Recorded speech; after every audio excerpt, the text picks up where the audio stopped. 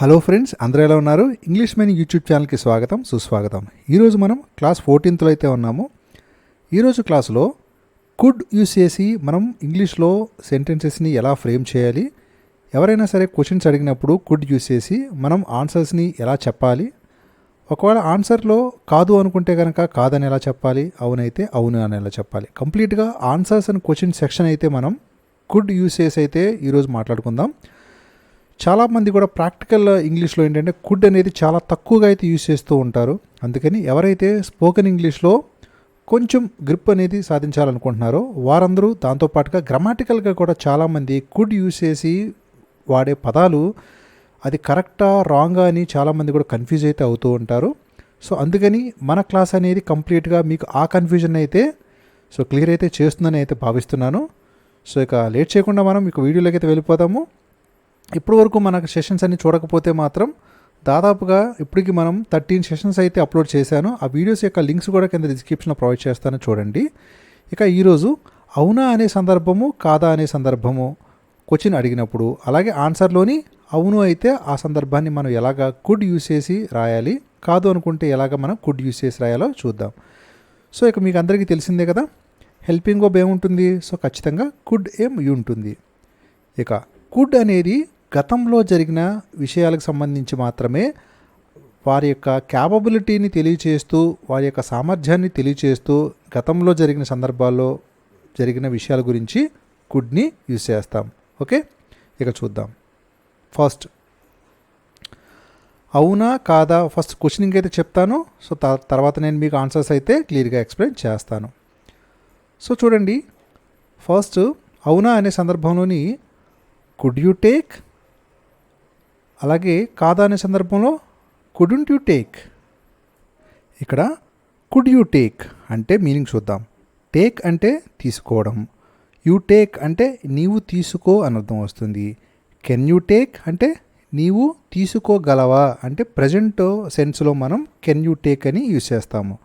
అలా కాకుండా పాస్ట్ అంటే గతంలో జరిగిన సందర్భాల గురించి మనం మాట్లాడేటప్పుడు కుడ్ అనేది యూజ్ చేస్తామని చెప్పాను. అప్పుడు కుడ్ యూ టేక్ అంటే నీవు తీసుకోగలిగావా, రైట్? నీవు తీసుకోగలిగావా అని మనం అడగాలంటే కుడ్ యూ టేక్ అని మాట్లాడతాం.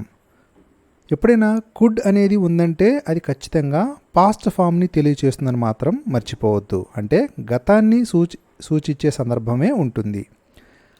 నెగిటివ్గా అడగాలంటే నీవు తీసుకోలేకపోయావా అని అడగాలంటే ఏం చేయాలి? అప్పుడు సేమ్ ఇక్కడ ఏదైతే హెల్పింగ్ వర్బ్ కుడ్ ఉందో సో దీనికి మీరు ఎన్ఓటీ నాట్ యాడ్ చేయడం ద్వారా కుడెంట్ యూ టేక్ అంటే నీవు తీసుకోలేకపోయావా అని మీనింగ్ వస్తుంది. అంటే గతంలో నీవు తీసుకోలేకపోయావా అని అడగడానికి మనం కుడెంట్ యూ టేక్ అని మాట్లాడతాం. దానికి ఆన్సర్ కింద ఎస్ అయితే నేను తీసుకోగలిగాను అని మాట్లాడాలంటే ఐ కుడ్ టేక్ అని మాట్లాడతారు. ఎస్ నేను తీసుకోగలిగాను, ఎస్ ఐ కుడ్ టేక్. నేను తీసుకోలేకపోయాను అని అడగాలంటే సేమ్ కుడ్కి నాట్ని యాడ్ చేయడం ద్వారా ఐ కుడెంట్ టేక్ నేను తీసుకోలేకపోయాను, రైట్? నేను తీసుకోలేకపోయాను అని అడగాలంటే ఐ కుడ్ నాట్ టేక్ అని మాట్లాడతాం. అదే స్పోకెన్ ఇంగ్లీష్లో మనం షార్ట్ ఫామ్లోని కుడెంట్ అంటాం దీన్ని. అందుకని ఐ కుడెంట్ టేక్ నేను తీసుకోలేకపోయాను గతంలో. ఇక నెక్స్ట్ ఏంటని చూద్దాం. కుడ్ యూ కన్విన్స్ అంటే మీరు నచ్చ చెప్పగలిగారా అంటే కుడ్ యూ కన్విన్స్ హెర్ అంటే మీరు ఆమెకు నచ్చ చెప్పగలిగారా అని మాట్లాడటానికి ఈ విధంగా అంటారు, రైట్? మీరు నచ్చ చెప్పగలిగారా, కుడ్ యూ కన్విన్స్.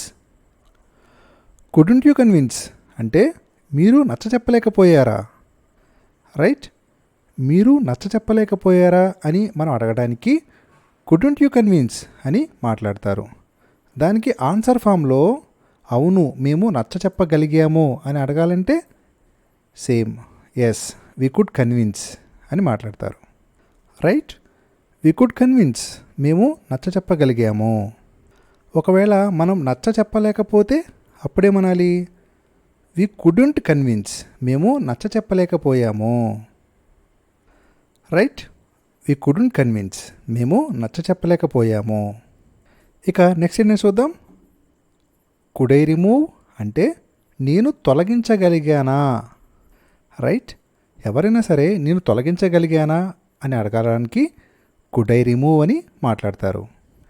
నేను తొలగించలేకపోయానా అని అడగడానికి సింపుల్గా కుడ్ తర్వాత మనం నాట్ని యాడ్ చేయడం ద్వారా కుడుంట్ ఐ రిమూవ్, నేను తొలగించలేకపోయానా, రైట్? కుడుంట్ ఐ రిమూవ్, నేను తొలగించలేకపోయానా అని యూజ్ చేస్తారు. దానికి ఆన్సర్ కింద అవును నీవు తొలగించగలిగావు అని చెప్పడానికి yes you could remove, right? నీవు తొలగించగలిగావు, ఎస్ యు కుడ్ రిమూవ్. ఒకవేళ నీవు తొలగించలేకపోయావు అని మాట్లాడటానికి ఆ హెల్పింగ్ వర్బ్ కుడ్కి మనం నాట్ యాడ్ చేయడం ద్వారా no you could not remove, నువ్వు తొలగించలేకపోయావు. షార్ట్ ఫామ్లో నో యు కుడెంట్ రిమూవ్, నీవు తొలగించలేకపోయావు అని యూజ్ చేస్తారు. ఇక నెక్స్ట్ ఏంటి చూద్దాం. ఇక్కడ చూడండి, కుడ్ వి ఎక్స్ప్లెయిన్ అంటే గతంలో మేము బాగా వివరించగలిగామా అని అడగాల్సిన సందర్భాల్లోని కుడ్ వి ఎక్స్ప్లెయిన్ అంటారు. అంటే మేము వివరించగలిగామా, రైట్? మేము వివరించగలిగామా, కుడ్ వి ఎక్స్ప్లెయిన్. అదే మేము వివరించలేకపోయామా అంటే కుడెంట్ వి ఎక్స్ప్లెయిన్ అని అడుగుతారు. ఇక్కడ కుడెంట్ వి ఎక్స్ప్లెయిన్, మేము వివరించలేకపోయామా, రైట్? మేము వివరించలేకపోయామా. ఇక నెక్స్ట్ ఆన్సర్ చూద్దాం. ఒకవేళ కనుక మీరు వివరించగలిగారు మంచిగా అని చెప్పాలనుకున్నప్పుడు yes you could explain sir అని చెప్తారు.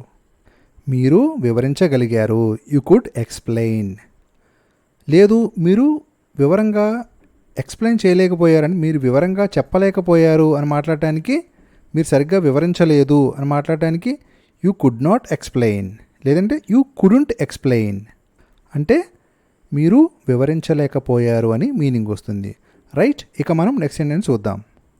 ఇక్కడ చూడండి, కుడ్ దే డిఫీట్ అని అడిగారు. అంటే డిఫీట్ అంటే ఓడించగలగడం, ఓకేనా? అంటే కుడ్ దే డిఫీట్ అంటే గతంలో వారు ఓడించగలిగారా అని మీనింగ్ వస్తుంది, రైట్? వారు ఓడించగలిగారా, కుడ్ దే డిఫీట్. అదే నెగిటివ్లో మనం క్వశ్చన్ అడగాలంటే కుడెంట్ దే డిఫీట్ అంటే వారు ఓడించలేకపోయారా, కుడెంట్ దే డిఫీట్ వారు ఓడించలేకపోయారా.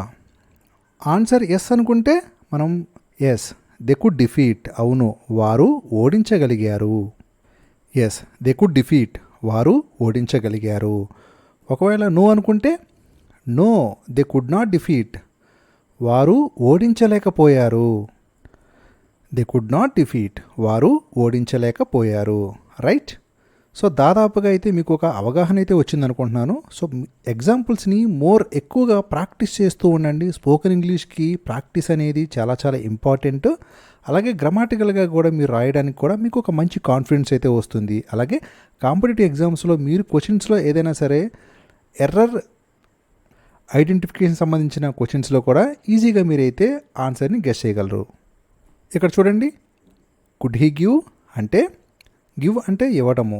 సో కుడ్ అని యూస్ చేసాం కాబట్టి గతంలో అతను ఇవ్వగలిగాడా, కుడ్ హీ గివ్ అతను ఇవ్వగలిగాడా, రైట్? ఎందుకంటే మనం పాస్ట్ టెన్స్ని ఇక్కడ ఎప్పుడు వస్తుంది కాబట్టి కుడ్ వచ్చినప్పుడు మనం పాస్ట్ టెన్స్లోనే మీనింగ్ కూడా వెళ్తుంది. అతను ఇవ్వగలిగాడా, కుడ్ హీ గివ్ అని క్వశ్చన్ వచ్చింది. ఒకవేళ అతను ఇవ్వలేకపోయాడా అంటే కుడెంట్ హీ గివ్ అని యూస్ చేస్తారు, రైట్? అతను ఇవ్వలేకపోయాడా, కుడెంట్ హీ గివ్ అని యూస్ చేస్తారు. ఆన్సర్ ఒకవేళ ఎస్ అనుకుంటే అవును అతను ఇవ్వగలిగాడు, yes he could give, right? అతను ఇవ్వగలిగాడు, yes he could give.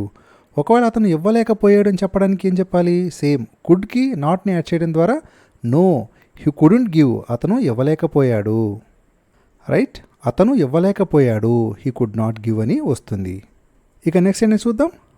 Could he speak అంటే అతను మాట్లాడగలిగాడా,